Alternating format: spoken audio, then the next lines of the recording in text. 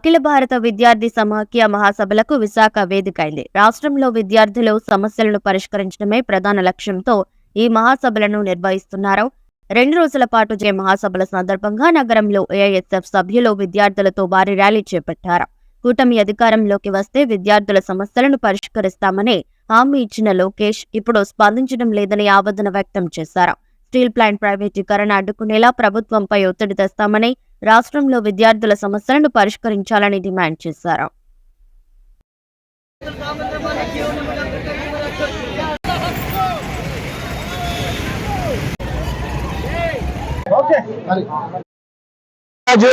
All India student federation ASF Visakha జిల్లా కార్యదర్శి 16, 17 అనగా ఈ రోజు రేపు ఏఎస్ఎఫ్ 32వ జిల్లా మహాసభ విశాఖపట్నంలో ఘనంగా నిర్వహిస్తబోతా ఉన్నాం.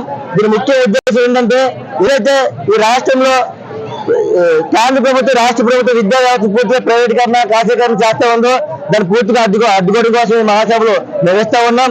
ఇప్పటికే రాష్ట్ర వ్యాప్తంగా చూసుకుంటే నారా లోకేష్ గారు ఉన్నప్పుడు జగన్ బాధ్యతలు ఏఎస్ఎఫ్ బాధ్యతలతో నడుస్తూ మేము అధికారంలోకి వస్తే జీవో నెంబర్ 77 రద్దు చేసి పీజీ విద్యార్థులు న్యాయం చేస్తామని చెప్పడం జరిగింది. కానీ అధికారంలో వచ్చాక కనీసం ఊరు చెప్తే పరిస్థితి కూడా ఎక్కడ కనిపించే పరిస్థితి లేదు. అలాగే 32 మంది ప్రాణత్యాగం చేసిన విశాఖ ఉక్కి ఈ రోజు కేంద్ర ప్రభుత్వం నష్టాలు ఉందని చెప్పేసి తాకట్టు పెడతా ఉంది. ఆ విషయాన్ని ఆ అంశాన్ని ఏదైతే పూర్తిగా ఖండిస్తా ఉంది.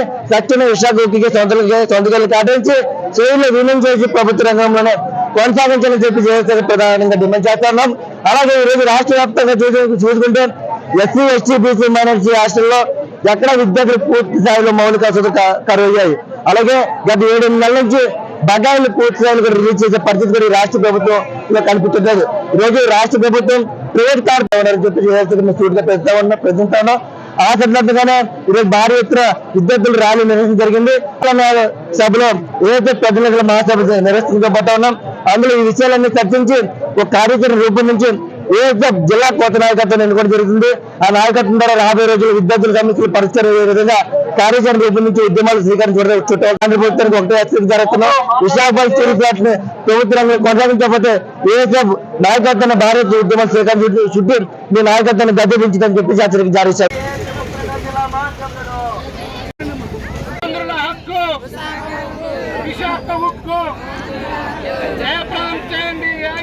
విశాఖ జిల్లా మహాసభలను